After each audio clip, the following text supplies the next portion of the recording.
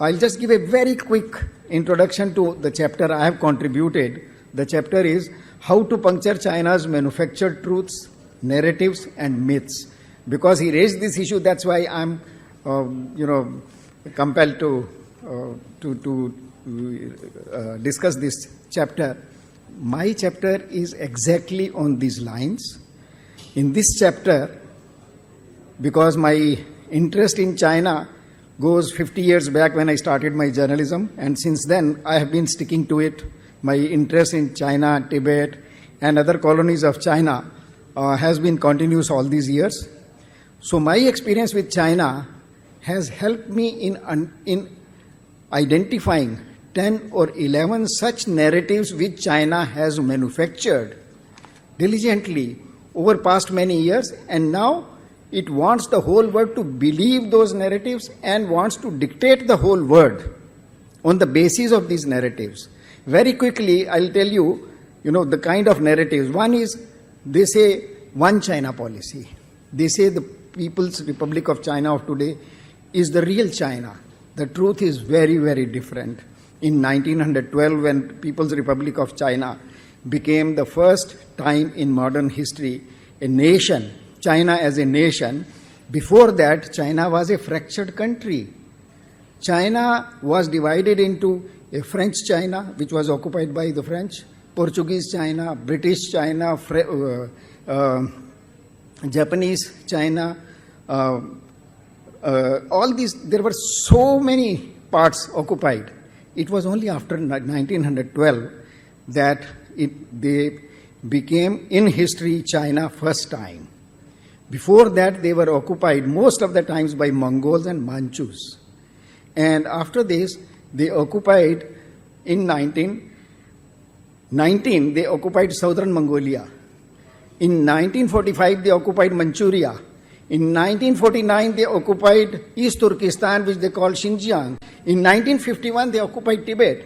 And now this is called People's Republic of China, which they call one China policy. And they want you to believe it. They want you to be the integral part of your foreign policy.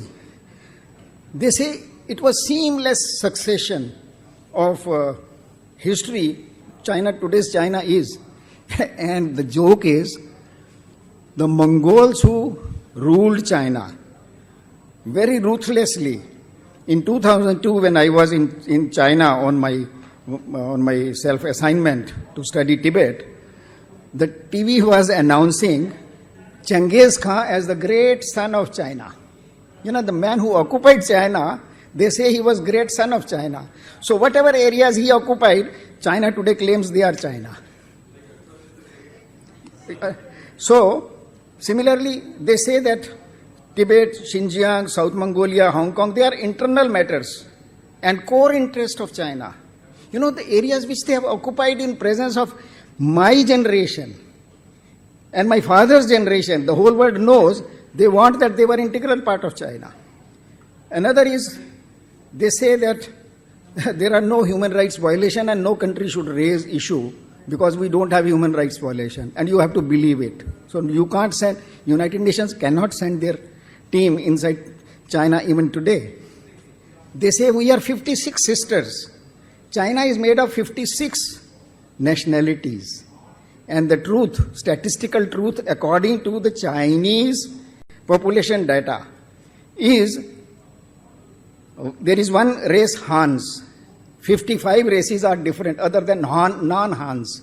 Many of them are occupied. And do you know the total population today? 92+% of population are Hans. The rest of 55 nationalities are less than 8% because they have butchered them, assimilated them through forcible marriages or killings. And this is called the 56 sisters. BRI, they say, is a word gift. You know better than me. It is the biggest colonial tool, how they have occupied so many parts of countries and their systems from within. And China has the art of drawing permanent line on water.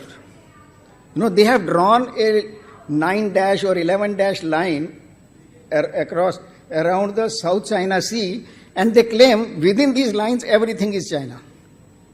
And that includes 2,000 kilometer away Philippines area also. They say this is China. And then they say Indian border is a secondary issue. India must accept it as a non-important issue.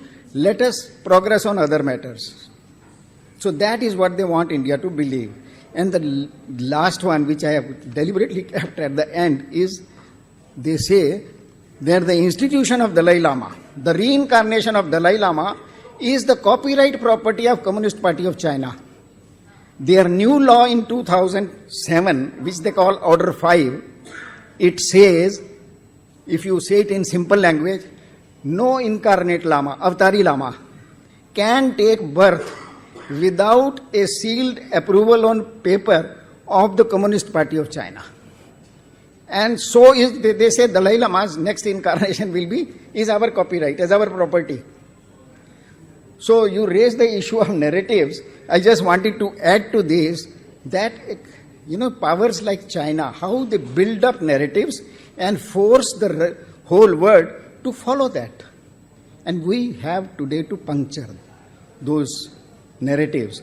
And this book is dedicated in different ways.